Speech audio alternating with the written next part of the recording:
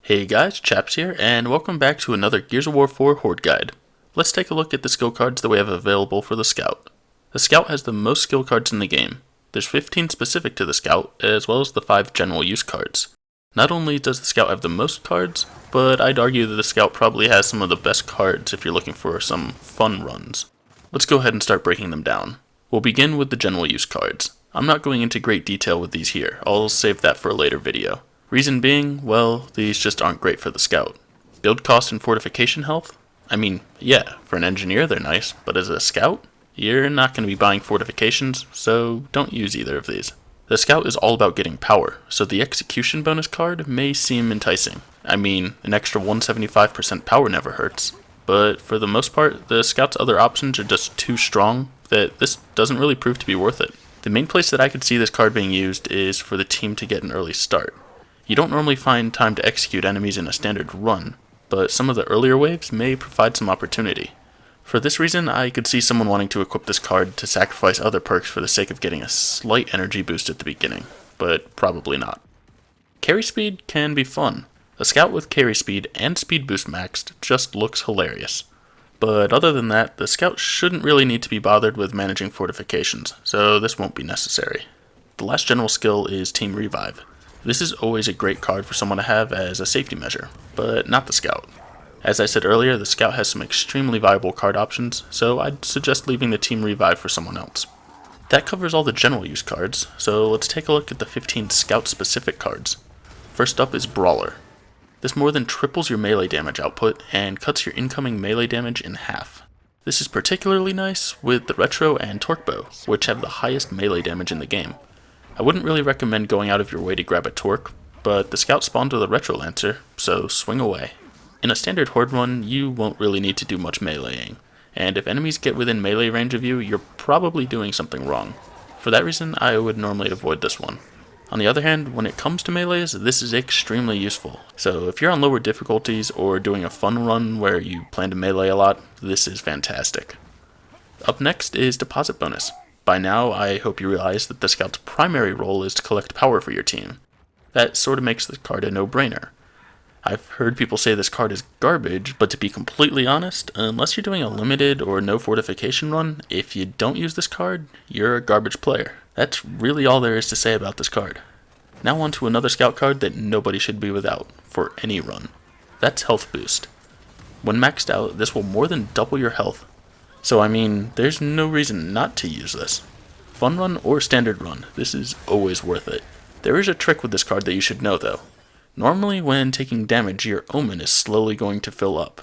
You would think that normally with this card, your Omen would just fill up slower. Well, you'd be wrong. I don't know what TC was thinking with this one, but your Omen doesn't start filling up until the last 100% of your health. Basically, if you have this maxed, we'll say you have 220 health, it will show you taking no damage until that drops to 100. At that point, it will start showing the Omen regularly. Yeah, this is just dumb, and kind of annoying, but regardless of the mechanics, this card is worth using, so just use it. A maxed out pickup distance card will drastically increase the pickup radius for picking up power.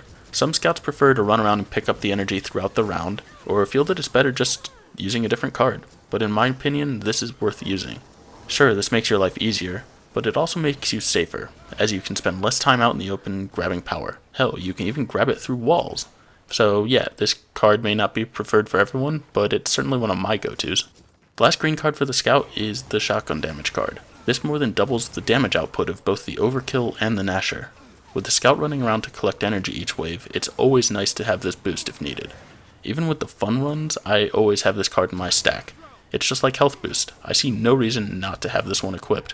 In the spirit of shotgun cards, let's move to Shotgun Capacity and Shotgun Magazine. If you're doing a shotgun heavy run like a Scout only Bulldozer style run where you guys just mow people down, then these are pretty useful. Most of the time though, I find that ammo is easy enough to come by and they're probably not worth using. One interesting note that I'll add here though, is that the Shotgun Magazine card is even better on the Overkill.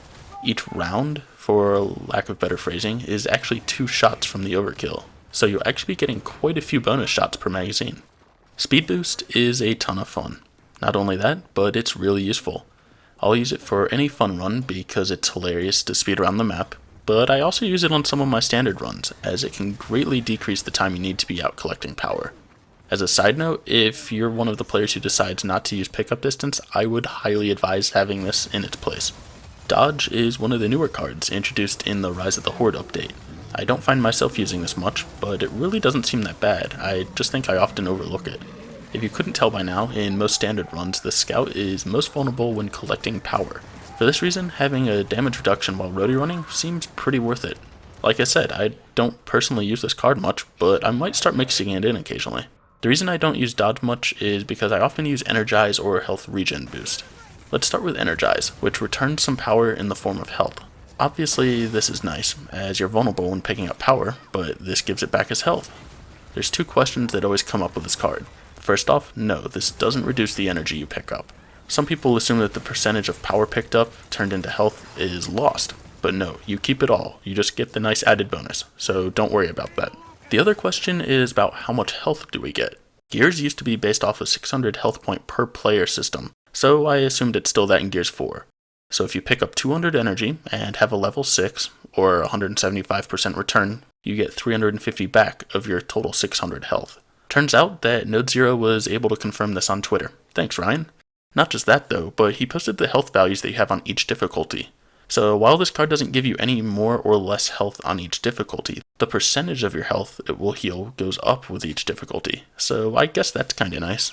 The other health card I mentioned is Health Regen Boost, which basically just reduces the recovery time after taking damage. Personally, I choose this over Energize or Dodge. I do this because Energize is only helpful when grabbing energy and taking damage, and Dodge is only useful when running around and taking damage. This one is beneficial anytime you take damage. So yeah, I'd say this is one that you'll pretty frequently find in my stack. When it comes to epic skill cards for the Scout, the only one I really find worth using is Rage, and even then I only do it in some of the fun runs that I do. Some Scouts like to use it in regular runs. If they've got a more aggressive playstyle, maybe this is worth it. The incoming shotgun and melee damage reduction may be nice, but I'd say the best benefit is the fact that it returns a percentage of damage as health. So, good for some, but not really my choice most of the time. Speed loader? Nah, not worth it. If you like to reload like that, you probably should use shotgun capacity or magazine cards instead. Maybe someone can correct me or provide justification, but honestly, I see no reason for using this card. The same goes for Cloak. This is a pretty cool card, and I was really interested in it when it was first announced. Sitting in cover for a couple seconds will make you invisible, and the enemies will ignore you. Maybe this is useful if your Scout wants to chill out in the middle of the map or something, but I have yet to find a case where this is actually worth having on. The last card the Scout has available is X-Ray.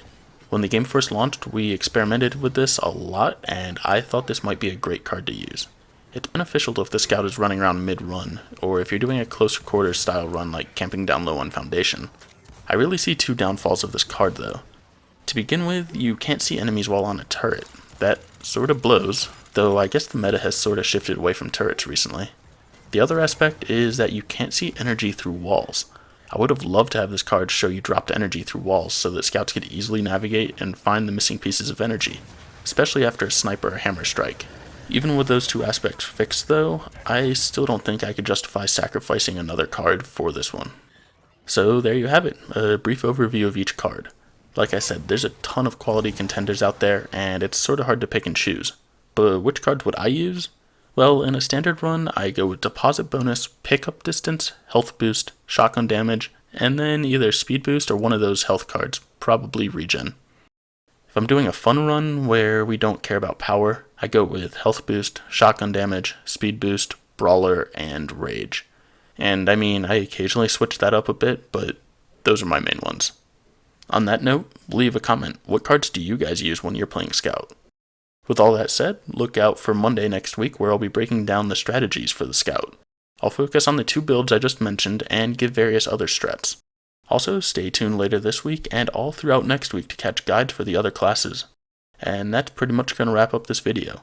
Don't forget to subscribe to ensure that you don't miss any of our content. Thanks for watching everyone, and I will catch you next time.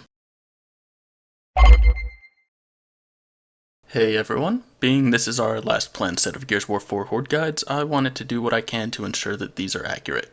For that reason, I'll be pinning a comment to each of the videos with 3 things. 1, a link to a Reddit thread discussing Horde. 2, a link to a forum thread discussing Horde. And 3, a list of updates based on feedback. So please, if you disagree with something or if you want to discuss anything further, please reach out to me in any of the 3 places above or on Twitter. We're normally pretty good about responding, and I'll do what I can to keep these pinned comments updated. Note that these may not all be live as soon as the videos go up, but I'll hopefully have them together within a week or 2. Thanks again to everyone who's watched these videos, and I look forward to experiencing Gears 5 with you all next year.